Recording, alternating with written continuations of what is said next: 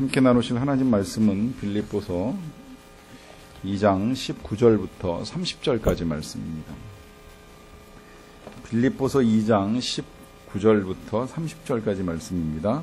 신약성경 320면 빌립보서 2장 19절부터 30절까지 말씀을 저하고 여러분들이 한 절씩 교독하도록 하겠습니다. 내가 디모데를 속히 너희에게 보내기를 주 안에서 바람은 너희의 사정을 알므로 안위를 받으려 함이니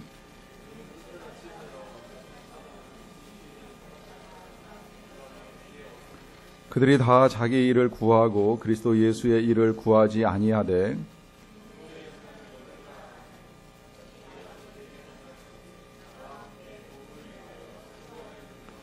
그러므로 내가 내 일이 어떻게 될지를 보아서 곧 이 사람을 보내기를 바라고 그러나 에바브로디도를 너희에게 보내는 것이 필요한 줄로 생각하노니 그는 나의 형제요 함께 수고하고 함께 군사된 자요 너희 사자로 내가 쓸 것을 돕는 자라.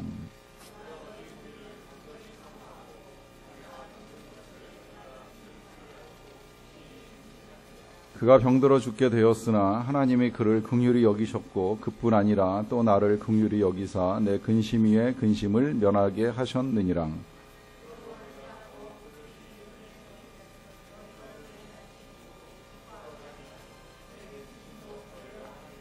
이러므로 너희가 주 안에서 모든 기쁨으로 그를 영접하고 또 이와 같은 자들을 존귀히 여기라.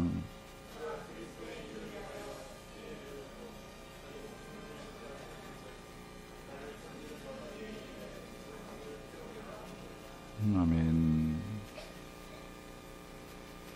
우리가 후원하는 선교사님들로부터 편지를 이제 제가 직접 받는 일이 있습니다. 이렇게 저렇게 이제 소식을 전해주시는데 그 소식을 전해주시는 분들 중에 이제 저한테 소식을 보내시는 분이 계시고 또 보내시는 분들 중에도 이제 그 보내시는 방식이 조금씩 이제 달라요. 그러니까 간단한 인사말과 함께 이렇게 첨부 파일 해가지고서 이제 그 전체적으로 볼 수 있는 내용을 담아서 이제 보내주시는 분이 계시고 아니면 그 편지 그 자체에다가 그러니까 메일 자체에다가 그 이제 성도들에게 전달될 모든 내용을 이제 그대로 다 써가지고 보내주시는 분도 계시고 또 그런 분도 계셔요. 우리 그 선교사님들 중에 이제 몇몇 분은 저하고 신학교를 같이 다닌 동기생들입니다. 이제 나이도 같고 학교도 같이 다녔기 때문에 학교 다닐 때 그냥 야제하면서 그냥 이제 편하게 반말하던 이제 사이다 보니까 편지를 반말로 쓰는 거예요. 반말로 이랬다 저랬다 뭐 이런 일이 있었다 뭐 이런 일이 이제 이런 기도가 필요하다 이러면서 처음부터 끝까지 다 반말로 쭉 써가지고 이제 그 편지를 보내주는 이제 선교사님도 계셔요. 이제 편지를 받으면 제가 받는 건 일단 다 우리 교인들이 보실 수 있고 이제 기도할 수 있도록 홈페이지에 이렇게 올리는 일들을 하게 됩니다. 근데 이제 뭐 첨부 파일로 왔으면 그냥 그거 이제 열어가지고 카피해서 이렇게 올리고 또 아니면 뭐 이렇게 편지가 왔으면 그냥 그대로 편지를 이제 올리는 일이 있는데 이 반말로 쓴 편지는 그대로 올릴 수가 없어요. 제가 읽을 때는 아무 이제 문제가 없고 불편함이 없는데 그 반말로 쓴 편지를 그냥 그대로 우리 교회 홈페이지에 올리게 되면 성도님들이 보실 때에 반말로 소식을 전하는 선교사님의 소식 뭔가 좀 이상하지 않겠습니까? 이제 그러다 보니까 이제 그런 경우에는 제가 그거를 이제 한글에 불러 올려가지고 다 고쳐요. 이제 존댓말로 다 고쳐야 됩니다. 이제 공식적인 문서로 만들어야 되니까 반말로 이제 썼던 그 표현들을 이제 끝에 다 고쳐가지고서 이제 존대어로 이제 바꿔서 이제 정리가 다 끝나고 나면 이제 그대로 올려요. 사실 내용이 바뀌지는 않는데 내용이 뭐 특별히 바뀔 것도 없는데 어쨌든 표현 자체를 이제 반말로 할 수 없다 보니까 그냥 이제 고쳐가지고서 올리는 일을 하게 됩니다. 자, 이렇게 보면 이제 그 선교사님이 저한테 보내는 편지는 어떻게 보면 이제 개인적으로 그 전달하는 것처럼 이제 느껴질 수가 있어요. 그렇지만 원래 선교사님의 그 선교 소식이 교회에 전달되는 거는 공식적으로 전달이 돼야 되잖아요. 그런 의미에서 이제 개인적으로 받은 편지를 제가 이제 공식적으로 바꾸는 작업을 하는 걸 이제 존대어를 이제 고치는 작업을 통해서 이제 공식적으로 문서를 만들고 그래서 이제 모든 성도들이 이제 불편함 없이 읽도록 도와드리는 일을 하는 일이 뭐 자주는 아니지만 하여튼 종종 있을 때가 있습니다. 근데 이 편지를 읽어 나가다 보면 사실은 제가 받은 내용 전체적으로 봤을 때는 절대 개인적인 건 아니잖아요.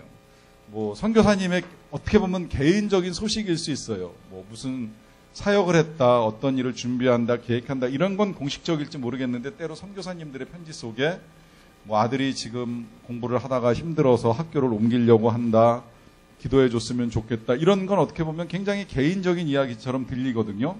근데 그렇다고 해서 제가 그 내용을 빼거나 그 내용을 지우지는 않습니다. 선교사님의 아들이 지금 학교 공부가 힘들어가지고 학교를 옮겨야 되는 상황이라고 하면 그 내용도 그냥 그대로 끝자락만 고쳐가지고선 그냥 올리는 거예요. 왜냐하면 그건 선교사님 개인의 문제이지만 교회 공동체가 다 함께 기도해야 될 또 기도의 제목들이 되기 때문에 아무리 개인적인 것이라고 하더라도 이제 공식적인 내용으로 인정을 하고 그대로 그냥 이제 소식에 올리는 일을 하게 됩니다. 우리가 그 사도 바울의 편지를 볼 때 이제 그런 시각을 가지고 좀 봐야 될 필요가 있어요.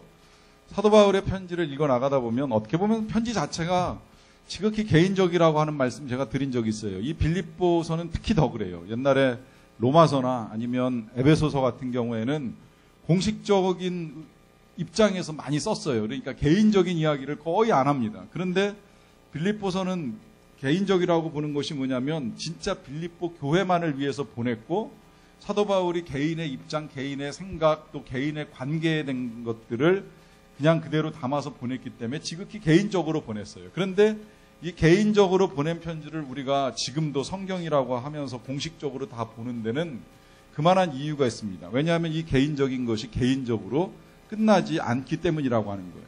왜 그런가 그 이유를 제가 조금 말씀드릴 텐데 공식적이라고 하는 대표적인 오늘 그 빌립보서의 내용은 우리가 지난 시간에 봤던 2장 1절부터 11절, 특히 뭐 5절부터 11절 내용 보면 특히 더 그렇습니다. 뭐 이 내용 복습하자면 예수 그리스도는 하나님이시다. 그는 근본 하나님과 본체시나 하나님과 동등됨을 취할 것으로 여기지 아니하시고 오히려 자기를 비워 사람의 몸을 입고 이 땅에 오셨다. 그리고 그 예수 그리스도가 사람이 된 것만이 아니라 종이 되셨고 그 다음에 고난을 받으셨다. 언제까지 고난 받으셨냐? 죽음까지 고난을 받으셨다. 그리고 어떻게 되셨냐? 예수님이 하나님께서 그를 높이셨다. 그래서 모든 무릎이 다 그를 경배한다라고 하는 굉장히 중요한 공식적인 교리, 공식적인 진리를 선포합니다. 이게 복음이라고도 할 수 있어요. 사실 우리가 이거 하나만 잘 알아도 좋을 것 같아요. 예수 그리스도가 원래 하나님이신데 그가 사람으로 오셔서 우리를 위해 고난당하시고 죽으시고 부활하셔서 승천하신 다음에 영광받는 만왕의 왕이 되셨다라고 하는 건 우리 복음 전체라고도 할 수 있고 아주 중요한 진리입니다. 이걸 2장 1절부터 11절, 뭐 5절부터 11절까지 정말 아주 광대하게 우주적인 구원론을 선포를 했는데 그 다음에 의아할 정도로 갑자기 개인적인 내용을 가지고 이야기를 합니다. 그 개인적인 내용이 뭐냐면 부탁이에요. 그 부탁을 한마디로 뭐냐 그러면 모든 기쁨으로 영접하라라고 하는 부탁입니다. 근데 이 기쁨으로 영접하라라고 하는 이 부탁은 이제 나중에 보겠습니다만은 지극히 사적으로 부탁하는 거예요. 누굴 부탁하냐면 디모데와 에바브로디도를 부탁을 합니다. 그렇게 보면 이건 지극히 개인적인데 왜 이 공식적인 교리와 진리와 복음을 말하다가 개인적인 부탁을 하느냐, 그리고 왜 이 귀한 편지 속에서 개인적인 이야기를 하느냐라고 하는 의문이 제기될 수도 있겠지만 앞서 제가 우리 선교사님 경우를 가지고 말씀드린 것처럼 이건 절대 개인적일 수가 없습니다. 왜냐하면 사도 바울에게 있어서 이 개인적인 문제도 역시 교리와 복음의 실천 문제이기 때문이라고 하는 거예요. 삶의 문제입니다. 그리고 이 실천이나 삶의 문제는 교리나 복음하고 절대 무관하지 않습니다. 이것 또한 관계가 있습니다.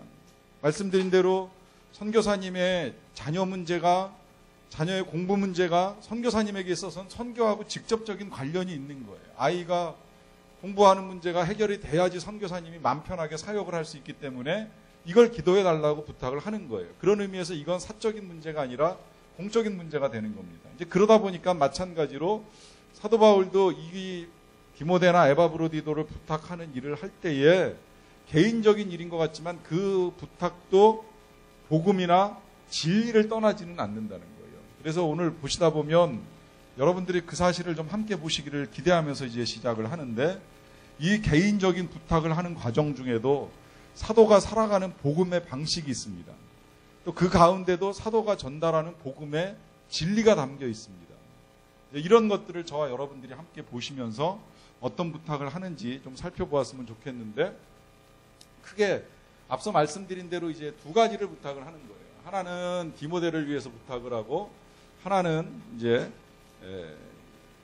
에바브로디도를 위해서 부탁을 합니다. 자, 그러면 이 디모데에 대한 부탁부터 이제 보겠습니다. 빌립보서 2장 19절인데요. 내가 디모데를 속히 너희에게 보내기를 주 안에서 바람은 너희의 사정을 알므로 안위를 받으려 함이라 그래요. 자, 여기서 이제 디모데를 보내기를 바란다라고 하는 이제 개인적인 소망을 이야기하는데, 속히 보냈으면 좋겠다라고 하면서 뭐라고 표현하냐면 주 안에서 바란다 그래요. 주 안에서 바란다. 자, 여러분, 우리가 지금 이제 서신서 읽어오면서 자주 만나는 표현 가운데 하나가 이제 이런 표현입니다. 주 안에서, 아니면 그리스도 안에서. 이건 그 사도 바울 신학 전체라고 할 정도로 굉장히 이제 중요하게 생각을 합니다. 헬라어로는 이거 그냥 우리 영어로 이야기하면 in Christ, 그 다음에 in Lord 이렇게 생각하시면 되고, 헬라어도 이제 조금 달라요. 접속 전치사 모양만 다르는데 이걸 en 해가지고서 en Christos, en Kyrios 해가지고 주님 안에서 그리스도 안에서 이제 이런 표현을 많이 사용합니다. 모든 건 다 그리스도 안에 있고 주님 안에 있다는 거예요. 우리의 구원, 우리의 생명, 우리의 영생, 우리의 천국, 우리의 모든 것들이 다 이제 주님 안에 있다고 하는 것입니다. 그런데 조금 달라요. 어떻게 다르냐? 제가 이번에 이제 정확하게 좀 정리를 할 수 있게 되었는데, 그리스도 안에서는 그리스도의 죽음과 부활과 연결됩니다. 죽음과 부활과 연결된다라고 하는 의미는 이 일을 통하여서 우리가 구원도 받고 영생도 얻고 생명도 얻는다라고 하는, 새 생명도 얻는다라고 하는 의미를 가지고 있습니다. 대표적인 구절을 그 고린도후서 5장 17절로 보시면 될 것 같은데, 누구든지 그리스도 안에 있으면 새로운 피조물이라, 이제 이런 표현 사용하잖아요. 그리스도의 죽음과 부활 안에 있으면 다시 태어난 새로운 피조물이라고 할 때 그리스도 안에서라고 하는 표현이 사용이 됩니다. 주 안에서는 조금 달라요. 이 주라고 하는 표현 자체가 가지고 있는 것처럼 주님의 주권, 통치, 섭리를 인정하는 고백이에요. 그 고백이 중요한 건 뭐냐면, 그러하기 때문에 주님께서 우리를 인도하실 것을 믿고 그 인도하심에 따르는 순종에 대한 고백입니다. 주인에 대한 순종, 주님에 대한 순종이 따를 때에 주 안에서라고 하는 표현을 사용을 합니다. 그러니까 여기서 지금 내가 디모데를 속히 너희에게 보내는 것을 주 안에서 바라는 건 주님의 섭리 속에서, 주님의 통치 속에서 보내고 그렇게 되기를 바란다라고 하는 고백이에요. 이 고백 이제 또 다시 나오겠습니다만 굉장히 중요한 고백이니까 일단 그렇게 아시고, 자, 보내는 이유를 이제 말합니다. 그렇게 보내기를 바라는 까닭은 너희의 사정을 알므로 안위를 받으려 한다 그래요. 여기 이제 보내는 목적이 하나 나와요. 그 목적은 뭐냐면 안위라고 하는 것을 말합니다. 안위라고 하는 단어는 말 그대로 안부를 묻고 위로를 받는다라고 하는 단어가 합쳐진 거예요. 안부와 위로. 여기서 이제 우리가 하나 또 확인하는 게 바로 이겁니다. 아무리 사도 바울이지만 바울에게도 위로가 필요합니다. 이제 모든 사람들에게 위로가 필요한데 사도 바울이라고 해서 예외는 아니라는 거예요. 아무리 강한 신앙의 사람도 위로가 필요합니다. 특히 사도 바울 아시겠지만 감옥에 갇혀 있고 어떻게 될지 모르는 상황 속에서 위로가 필요해요. 그런데 이 사도 바울이 뭘로 위로를 받으려고 하느냐라고 하는 것이 중요한데, 너희의 사정, 이 빌립보 교회의 소식을 들으면서 위로를 받고자 한다라고 하는 거예요. 이건 무슨 이야기예요? 사도 바울은 위로받을 때가 오직 교회밖에 없다는 거예요. 그 교회 속에서도 어떤 위로예요? 성도들이 잘 지내고 있다는 거예요. 비록 바울이 빌립보를 떠나왔고 또 떠나와서 비록 로마 감옥에 갇혀 있지만 그럼에도 불구하고 이 빌립보 교회의 성도들이 정말 믿음 생활을 잘 하고 있다라고 하는 소식을 들으면 위로가 되겠다라고 하는 겁니다. 사실 지금 사도 바울은 더더욱 그게 절박한 상황이 된 이유가 또 있는데요. 빌립보 교회를 떠나올 때 에바브로디도를 그 교회의 지도자로 부탁을 해놨습니다. 근데 지금 그 지도자격인 에바브로디도가 바울한테 와가지고 교회를 떠나와 있어요. 이것도 사도 바울이 염려스러운 부분이고요. 또 사도 바울이 자기가 자리를 비우게 되시면 꼭 하시는 일 가운데 하나가 디모데를 남겨두거나 디모데를 보내는 일이 있었습니다. 근데 그 디모데도 지금 여기 로마에 같이 있는 거예요. 그러니까 이 빌립보 교회가 지금 어떻게 됐을까? 누가 이끌고 있고 성도들은 지금 어떤 상태에 있을까?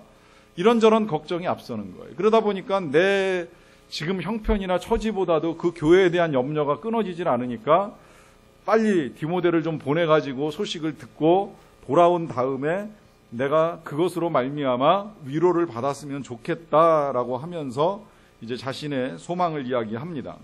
그런데 그 많은 사람들 중에 그렇다면 왜 이제 디모데를 보내려고 하느냐? 여기서 이제 우리가 디모데를 보내는 이유를 좀 정리를 해야 될 필요가 있는데요.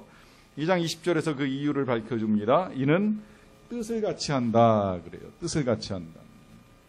디모데를 보내는 첫 번째 이유는 같은 뜻을 가지고 있다 그럽니다.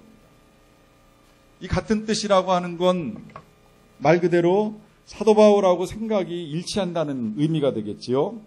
그 다음에 그가 사도 바울과 같은 마음을 가지고 가서 너희의 사정을 진실히 생각할 자가 이밖에 내게 없음이라 그래요. 두 번째 이유를 밝혀주는데 그건 진실하다라고 하는 겁니다. 진실하다. 디모데는 진실한 사람이라는 거예요. 이 진실이라고 하는 것을 정의하기가 쉽진 않지만 일단 뭐 우리가 알고 있는 몇 가지 그 내용들을 가지고 정리하자면 진실하다는 건 겉과 속이 똑같은 것이고 또 한쪽으로 치우침이 없는 것이고 주관이나 편관이 없다는 말이 되겠죠. 그리고 감정에 치중하지도 않는다는 거예요. 한마디로 말하면 이 진실 신뢰할 만하다라고 하는 의미도 됩니다. 믿을만 하니까 보내는 거예요. 아무나 보내겠습니까? 갔다가 안 올 수도 있고 또 갔다가 엉뚱한 데로 빠질 수도 있고 또 가서 이상한 얘기를 할 수도 있고 또 돌아와가지고서는 자기 주관에 입각해가지고서 나쁜 얘기만 할 수도 있고 한 그런 사람 함부로 못 보냅니다. 보낼 수 있다는 건 그만큼 그를 신뢰한다라고 하는 의미예요. 거기다가 이제 그 다음에 또 보내는 이유를 보시면 21절로 넘어가서 봅니다. 그들이 다 자기 일을 구하고 그리스도 예수의 일을 구하지 아니한다 그래요. 여기서 말하는 이 그들은 다른 그 디모데를 제외한 사람으로 일단 보시면 됩니다. 누구라고 특정하진 않았어요. 사도 바울이 이제 이 표현 자체가 이렇게 썩 긍정적인 표현이 아니다 보니까 이제 이 특정하지 않은 상태에서 그냥 표현하기를 그들이 다 자기 일을 구한다라고 그래요. 그러면 디모데는 어떤 사람일까요? 디모데는 타인의 일을 구하는 사람이죠. 그 타인의 일 가운데 특별히 누구의 일? 그리스도 예수의 일을 구하는 사람이라는 거예요. 그리스도 예수의 일을 구하는 사람. 자, 그래서 이 디모데를 보낸다라고 하는 이유를 밝히고요. 그 다음에 또 하나는 디모데의 연단을 너희가 안다라고 하면서 디모데를 보내는 또 하나의 이유는 연단받은 사람이라고 하는 표현을 사용을 합니다. 이 연단은 아시겠지만 이 디모데가 사도 바울 쫓아다니면서 겪었던 많은 일들을 이야기하는 거예요. 뭐 제일 크게는 복음을 전하는 일이었겠지만 그 복음을 전하는 과정 중에 때로는 사도 바울과 같이 긴 여정 중에 산을 넘는 일도 있고 물에 빠지는 일도 있고 굶주리는 일도 있고 사도 바울이 굶었으면 실은 디모데도 굶은 거예요. 사도 바울이 맞았으면 디모데도 맞았을 가능성이 많아요. 사도 바울이 갇히면 디모데도 같이 갇힐 때가 많습니다. 그러니까 이 디모데를 따로 떨어뜨려서 어디 에베소에다 두거나 뭐 아니면 뭐 예루살렘에 두거나 하는 이런 일만 아니라면 이 디모데는 계속 연단 가운데 지금 이 사도 바울을 쫓아다닙니다. 거기다가 또 하나 자식이 아버지에게 함같이 나와 함께 복음을 위하여 수고하였다 그래요. 여기도 몇 가지 이 디모데가 지금 이제 설명되어 있는데 자식이 아버지에게 함같이라고 하는 표현이니까 지극히 사랑했다라고 하는 의미로 볼 수도 있겠죠. 그 다음에 또 뭘 했다고 이야기하냐면 수고했다 그래요. 무슨 수고를 했냐? 복음을 위한 수고를 했다 그래요. 그래서 이제 이와 같은 사람을 보낸다라고 하면서 이제 디모데를 보낼 것을 이제 말씀을 하고 있습니다. 자, 그러므로 23절, 24절입니다. 그러므로 내가 내 일이 어떻게 될지를 보아서 곧 이 사람 보내기를 바라고 나도 속히 가게 될 것을 주 안에서 확신하노라 그래요. 자, 여기서 내가 내 일이 어떻게 될지라고 하는 이 말은 사도 바울이 여전히 불확실한 상태에 놓여 있다는 거예요. 진짜 뭐 판결이 나서 사형을 당할지 아니면 오히려 뒤집어져 가지고 이제 사도 바울이 감옥에서 나오는 일을 겪게 될지 봐서 이제 먼저는 이 사람 디모데에게 일단 결정 나는 대로 디모데를 먼저 보내기를 바라고 그 다음에 나도 속히 가게 될 것을 확신하노라 그래요. 근데 이 확신한다라고 했을 때에 여전히 뭐라고 표현하고 있어요? 누구 안에서 확신한다? 주 안에서 확신한다 그래요. 주 안에서 확신한다. 이 표현이 다시 나왔습니다. 중요합니다. 제가 중요하다고 이걸 다시 짚는 또 하나의 이유가 있습니다. 왜냐하면 세상적으로 보고 눈앞에 보이는 현실적으로 봤을 때에 지금 사도 바울이 감옥에서 나와가지고 이 빌립보 교회에 가서 성도들을 다시 만나게 하기 위하여서 감옥에서 나오는 일을 결정하는 사람은 누구예요? 결정할 수 있는 사람, 그 권한을 지닌 사람은 네로입니다. 황제 네로예요. 네로가 내보내줘야지 나가는 거예요. 네로의 판결이 없으면 나갈 수가 없어요. 그런데 사도 바울은 지금 이 모든 일에 대한 결정을 누가 한다고 고백하고 있는 거예요? 주님, 주 안에서 확신한다고 고백하는 거예요. 누가 결정한다? 주님의 주권과 통치를 믿는 거예요.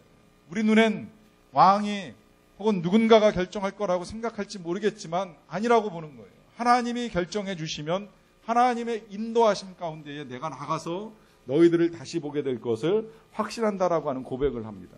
여러분, 이것이 믿음입니다.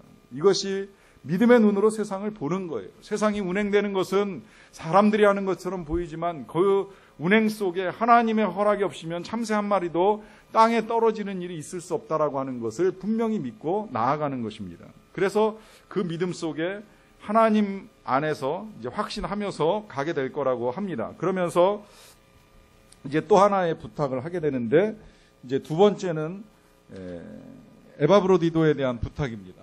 자, 앞서는 이제 디모데에 대한 부탁을 했는데, 두 번째는 에바브로디도에 대한 부탁을 하는 거예요. 자, 에바브로디도 그는 어떤 사람인가 한번 또 보겠습니다. 그는 첫째로 뭐라고 표현을 하고 있어요? 그러나 에바브로디도를 너희에게 보내는 것이 필요한 줄로 생각하노니, 그는 여기 사실은 이것도 우리가 하나 짚고 넘어가야 될 것인데, 필요하다 그래요. 필요한 자. 이 필요는 사도 바울에게도 필요한 사람이었었고 지금 빌립보 교회에도 필요하니까 보내겠다라고 하는 겁니다. 참 귀한 표현이죠. 그러고 나서 이제 이 에바브로디도에 대해서 뭐라고 말하냐면 그는 나의 형제요. 가족이라고 의미합니다. 또 그 다음에 함께 수고했다라고 했을 때에 사도 바울은 이 에바브로디도가 아주 귀한 동역자라고 하는 고백을 하는 거예요. 그 다음에 네 번째로 함께 군사가 되었다 그래요. 군인의 몇 가지 특징이 있는데 그 뒤에도 나오겠습니다만 일단 군사는 죽음을 무릅쓰고 나아가는 사람입니다. 일단 군대 그러면 죽음이 전제되어 있는 거잖아요. 죽을 수 있다는 거예요. 어떻게 해서든 전쟁터에서 죽을 수도 있지만 나가는 겁니다. 거기다가 또 뭐라고 표현하냐면 사자라고 하는 표현도 사용해요. 심부름꾼이라는 의미겠죠. 그 다음에 여섯 번째로 한 가지가 더 나오죠. 나의 쓸 것을 돕는 자라 그래요. 돕는 자. 돕는 자. 자, 이 에바브로디도에 대한 설명입니다. 조금 더 보충하자라고 하면 형제라고 하는 것, 우리가 그리스도 안에서 하나가 되었다라고 하는 의미를 밝혀주고 있는 거예요. 사실 그냥 세상 눈으로 봤을 때 바울의 시민권과 에바브로디도가 갖지 못한 그 권한에 대해서 생각해 보면 신분의 차이가 있습니다.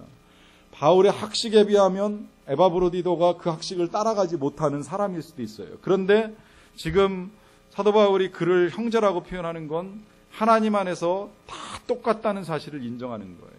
이게 이제 교회의 아주 강력한 특성이고 강점입니다. 교회 안에선 다 똑같아요. 신분의 고저가 없습니다. 빈부의 격차가 없습니다. 누구나 다 존귀한 사람이고 누구나 다 형제요, 가족이라고 하는 의미에서 이제 이런 표현을 사용합니다. 거기다가 군사라고 하는 표현도 조금 더 생각을 한다라고 하면 이 군사는 사실은 나라를 위해서 싸우고 누군가를 위하여 싸우지만 그 영광과 포상은 자기 것이 아니 될 수도 있어요. 오직 한 사람, 그 군대를 이끌고 간 대장만, 하나님 대장만 표창을 받고 상을 받는 일이 있습니다. 그럼에도 불구하고 그와 같은 것들에 목표를 두지 않고 죽음을 무릅쓰고 싸운다라고 하는 의미에서 이제 이 군사라고 하는 표현을 사용을 하는 것이고요. 이런 사람을 이제 보내는 것이 필요하다라고 하는 생각을 하면서 빌립보서 2장 29절에 이렇게 말합니다. 그가 너희 무리를 간절히 사모하고 또 자기가 병든 것을 너희가 들은 줄을 알고 심히 근심한지라 그래요. 자, 여기서 그 뭐라고 표현을 하느냐면 이 에바브로디도가 이 너희 무리를 간절히 사모한다라고 하는 표현을 사용합니다. 이건 무슨 이야기예요? 에바브로디도가 지금 빌립보 교회 교인들을 만나고 싶어 한다라고 하는 거예요. 그런데 이런 표현이 때때로 이제 오해를 불러일으킵니다. 왜 오해를 불러일으키느냐면 자원을 했던 아니면 대표로 부름을 받아가지고 떠났든지 간에 그 부름 받고 떠난 사람이 가서 어떻게 되든지 그 자리에서 열심히 행할 일이지 굳이 뭐 다시 이쪽에 두고 간 사람들 돌아올 것을 생각하면서 사모하는 일들을 할 수 있겠느냐 하는 이제 이런 질문이 나오는 거예요. 이런 질문을 현실적으로 바꾸면 이런 이제 질문을 가지고 생각을 해보는 겁니다. 때때로 선교를 하시던 선교사님들이 향수병에 빠지는 일들이 있어요. 이제 선교지에 오래 계시다 보면 그래서 요새는 가능하면 이제 1년에 한 번씩 들어오는 거를 하도록 이렇게 이제 하는 일도 있는데 또 교회에 따라서는 이 들어오는 걸 굉장히 싫어하는 교회들도 있습니다. 왜 자꾸 이제 들락날락 하느냐라고 하면서 들어오는 거를 이제 막아서는 교회들도 있는데 전 거꾸로 예를 들어 지금 인도 선교사님 같은 경우는 보통 한 2년에 한 번씩 이제 3년에 한 번씩 들어오시니까 전 자주 들어오시라고 하는 요청을 드릴 때가 있어요. 왜냐하면 선교사님들이 선교지에 오래 있으면 향수병에 빠집니다. 선교사님들이라고 이제 그런 병이 없는 게 아니에요. 그리고 그런 병 자체가 문제가 되는 건 아니에요. 선교를 한다고 해서 인간의 감정 자체가 바뀌지는 않습니다. 더군다나 이 남아시아, 동남아시아 지역이나 아프리카에서 선교하시는 분들은요, 가을에 낙엽 지는 거, 겨울에 눈 내리는 거 정말 그리워합니다. 우리가 아까도 밥 먹으면서 이 지금 눈을 치우다가 지겨우면 그 눈이 하늘에서 내리는 쓰레기라고 생각할 때가 있지만 선교지에 나가서 한 몇 년 동안 눈 구경을 못하면 그게 그렇게 보고 싶다는 거예요. 흰눈 내리는 거, 흰눈 쌓이는 거, 그리고 낙엽 지고 낙엽 쌓이는 거, 낙엽 굴러가는 거 보고 싶어 미친다는 겁니다. 다 견딜 수 있는데 정말 더운 것도 견디고 맞지 않는 음식도 먹을 수 있고 그 긴 시간을 보낼 수 있는데 제일 힘든 게 이제 그런 것들 생각하면 병에 걸리면서 언제나 한 번쯤 다시 가볼 수 있을까 이제 이런 간절히 사모함이 생긴다는 거죠. 근데 이것은 아무 문제가 없는 거예요. 우리가 구원받았다라고 해서 그런 정석까지 버려야 될 필요는 없다라고 하는 것입니다. 다 그런 의미에서 아까 우리가 본 대로 사도 바울에게도 위로가 필요했던 것이고 이 지금 에바브로디도가 이미 빌립보 고향을 떠난 지가 너무 시간이 오래되다 보니까 다시 돌아가고 싶은 마음이 워낙 커가지고 간절히 사모하고 있어요. 그런데다가 또 뭘 생각하고 있느냐면 자기가 병든 것을 너희가 들은 줄로 알고 걱정까지 하고 있습니다. 심히 걱정합니다. 이건 무슨 이야기냐면 언젠가 말씀드렸지만 한 번 더 정리 차원에서 말씀드리자라고 하면 이 에바브로디도는 이 원래 빌립보에 있었는데 이 로마의 사도 바울이 감옥에 갇혔다라고 하는 소식을 듣고서 이 빌립보 교회 사람들이 헌금을 모았어요. 그리고 그 헌금을 누군가는 전해줘야 되겠는데 그 일에 이제 이 에바브로디도가 나서가지고 헌금을 가지고 멀리 로마까지 진짜 수천 킬로 여행을 해가지고 간 거예요. 갔는데 병이 났어요. 이 병이 너무 심해가지고 몇 날 며칠 아프다 보니까 사람들이 너무 걱정을 한 거예요. 이거 이러다 죽는 거 아니야? 그래서 죽을지도 모르는 병이 걸린 상태에서 시간이 많이 가다 보니까 안 되겠어 가지고서 이 로마에서 사람을 빌립보에 보냅니다. 에바브로디도가 잘 도착을 하기는 했는데 병이 나가지고 지금 못 돌아오고 있으니까 좀 이해해달라고 하는 소식을 전한 것 같아요. 그러고 나서 빌립보 교회 교인들이 걱정을 하는 거예요. 우리 에바브로디도 어떡하냐고. 우리가 심부름 보냈는데 이거 잘못된 거 아니냐고. 또 그중에는 이런 사람도 있었을 거예요. 그래서 왜 헌금은 걷고 그 먼 데까지 보내려고 했느냐 막 이러면서 이제 말을 하는 사람들도 있는 겁니다. 이제 그런 소식이 다시 로마에 있는 바울과 에바브로디도의 마음에 전해진 거예요. 그러다 보니까 이 에바브로디도가 심히 근심합니다. 이 근심은 무슨 근심이겠어요? 이 근심은 다시 말하면 교회를 향한 근심입니다. 교회 걱정이에요. 자기 자신의 병보다도 이 빌립보 교회 성도들이 듣고 마음 상해하는 것을 걱정하는 겁니다. 거기다가 2장 30절에 보시게 되면 그가 그리스도를 위하여 죽기에 이르러도 자기 목숨을 돌보지 아니하였다. 에바브로디도 죽기까지 목숨을 돌보지 않고 주어진 일에 최선을 다했다 그러죠. 그렇게 목숨을 돌보지 아니한 것은 나를 섬기는 너희의 일의 부족함을 채우려 하려 함이라 그래요. 이 표현이 조금 오해하기 쉽게 쓰여 있는데 사도 바울이 빌립보 교회 성도들한테 나를 섬기는 너희의 일이 부족하다 이렇게 말하는 거 아닙니다. 아시겠지만 너희의 일 가운데에 한 가지 하지 못한 일, 그건 모아진 헌금을 전달하는 일을 하지 못했는데 그것을 해주기 위해서 목숨을 돌보지 않고 여기까지 오지 아니하였느냐, 이제 이런 말을 하는 거예요. 이 목숨 건 수고, 목숨 건 전달을 이제 하기 위해서 여기까지 왔다는 걸 강조하는 거죠. 그렇게 왔기는 왔는데 문제는 이제 27절로 넘어가시게 되면 그 앞서 보시면 군사는 자기보다 남을 먼저 생각하는 사람이라고 하는 게 이제 분명하고요. 그 다음에 이제 그가 병들어 27절입니다. 그가 병들어 죽게 되었으나 하나님이 그를 긍휼히 여기셨고 또 그뿐 아니라 또 나를 긍휼히 여기사 내 근심 위에 근심을 면하게 하셨느니라 그래요. 자, 여기 바울의 근심은 뭐예요? 바울의 근심은 지금 이 감옥에서 나가는 게 아니에요. 그 감옥으로 찾아온 에바브로디도가 병든 겁니다. 그 근심 위에 또 근심이 쌓인 건 뭐예요? 이게 병들었을 뿐만 아니라 죽을지도 모른다는 사실이 근심 위에 근심이 돼버린 겁니다. 그러니 얼마나 지금 마음이 안타깝겠어요. 혹시 소식을 들으신 분들 계실지 모르겠는데 우리 교회 지금 키르기즈스탄 나가 계신 그 선교팀 13명이 어젯밤에 비행기를 못 탔어요. 그래가지고 한 명도 지금 출발을 못하고 타야 되는 비행기가 다른 나라에서 들어와야 되는데 들어올 때 저쪽에서 지연이 되는 바람에 도착이 안 되고, 이게 도착이 안 되니까 이걸 타도 타슈켄트에서 갈아탈 수가 없으니까 그냥 비슈케크에 남아가지고 출발을 못했어요. 그래서 이제 밤에 출발이 못했다라고 하는 소식이 이제 왔고, 오늘 지금 최근 소식으로는 아마 이제 내일 모레쯤에 이제 한 너댓 명 먼저 타고 들어오고, 그 다음에 이제 토요일 주일 이렇게 이제 분산해서 4명, 5명씩 나눠서 한 3팀으로 지금 오게 될 가능성이 많다는 게 조금 전에 이제 제가 받은 소식이긴 한데요. 그러다 보니까 이제 가족들 단위로 나가서 이제 두 가족은 크게 걱정이 안 되는데, 이제 여기 지금 이제 자녀들을 보낸 어머님들 오늘 제가 다 만나긴 만났어요. 또 못 만나뵌 분은 연락을 취해가지고 이제 이런저런 상황들을 이제 설명을 드리기는 했는데, 일단 뭐 부모님들 마음에 이제 근심이 크죠. 근데 그 가운데 또 부모님 다음으로 근심이 크신 분이 누구냐면 선교사님들이에요. 이 선교사님들이 일단 오시에서 그 비슈케크 비행기 타는 데까지 12시간 동안 같이 이동을 해서 이제 왔어요.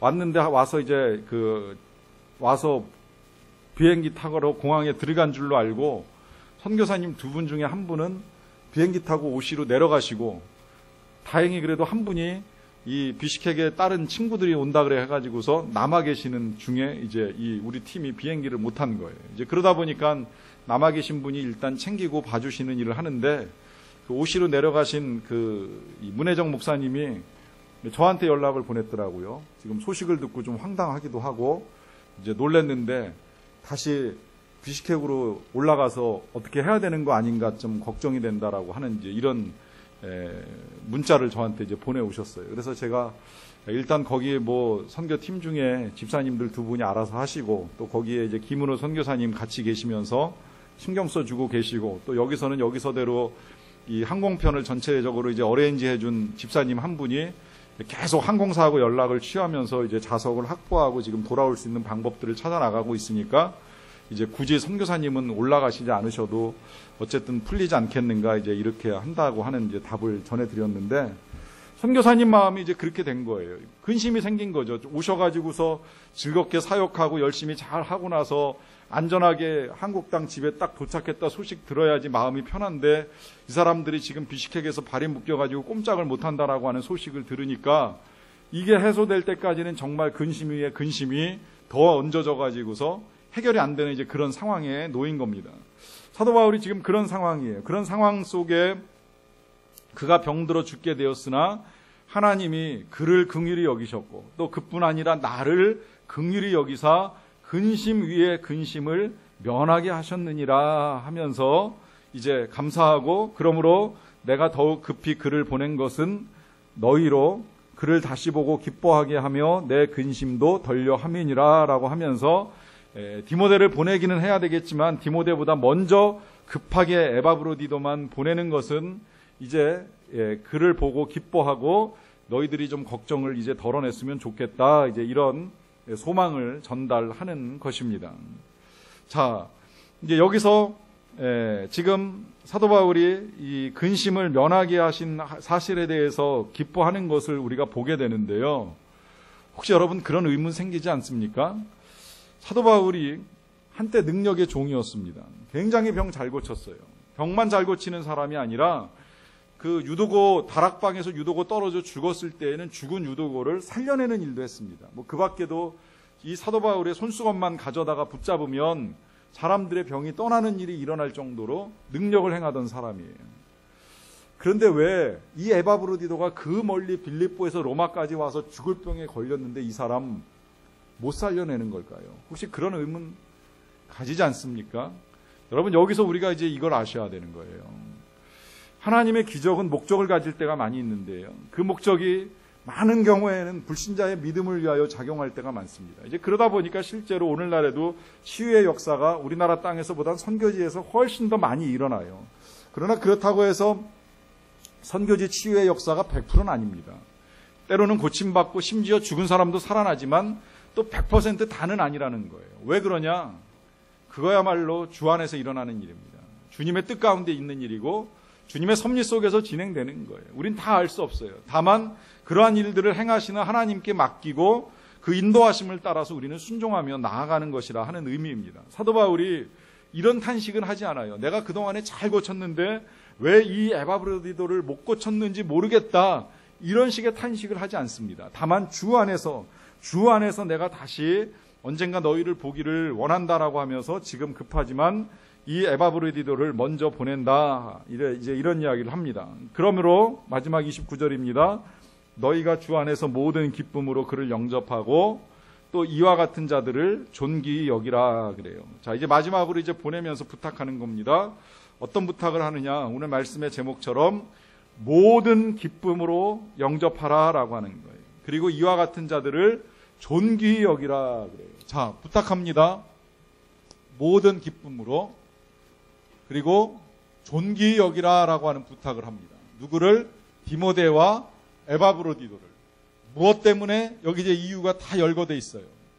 우리가 지금 정리하면서 본 건 바로 이겁니다. 왜 사도 바울이 편지를 쓰면서 사적으로, 개인적으로 편지를 쓰는 것 같이 편지를 쓰면서 이런 부탁을 하느냐라고 하는 건 이 사람들이 지금 여기에 열거된 대로 이렇게 살아왔기 때문입니다. 한 마음을 가지고 진실하게 예수 그리스도의 일을 생각하면서 사랑으로 수고하며 연단받은 사람들이기 때문입니다. 또 한편으로는 형제요, 동역자로 죽음까지도 불사하고 오직 교회를 걱정하면서 살아온 사람들이기 때문에 이 사람들을 받아들일 때에는 모든 기쁨으로 영접하고 또 존귀하게 여길 것을 당부합니다.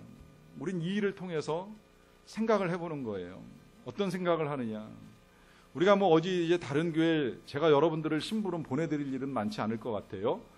거의 없을 거라고도 생각이 들어요. 뭐 선교지에 나가는 일은 있겠지만 또 선교지로 나가실 때 제가 여러분들에게, 선교지에 계신 선교사님들에게 뭐 이렇게 저렇게 해달라, 뭐 기쁨으로 영접해 주십시오, 우리 교인들을 존귀하게 여겨 주십시오, 이런 편지를 보내지는 않을 거 아닙니까? 그러면 이렇게는 생각할 수 있을 것 같아요.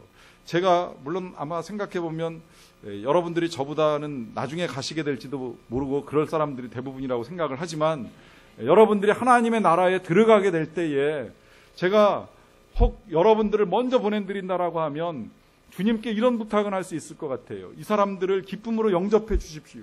하나님 이 사람들을 존귀히 여겨 주십시오. 왜냐하면 이 사람들이 바로 주님을 위하여 죽기까지 수고한 자들이고, 나와 뜻을 같이 하여 교회를 세운 사람이고, 교회를 위하여 조력한 사람들이고, 정말 주 예수 그리스도의 이름으로 죽기까지 봉사하고 수고한 동역자들이기 때문에 하나님이 이 귀한 영혼들을 받으시고 하늘의 상급으로 풍성하게 내려주시기를 간절히 원합니다라고 하는 기도를 드리고 보내드릴 수 있었으면 좋겠다라고 하는 생각을 하는 겁니다.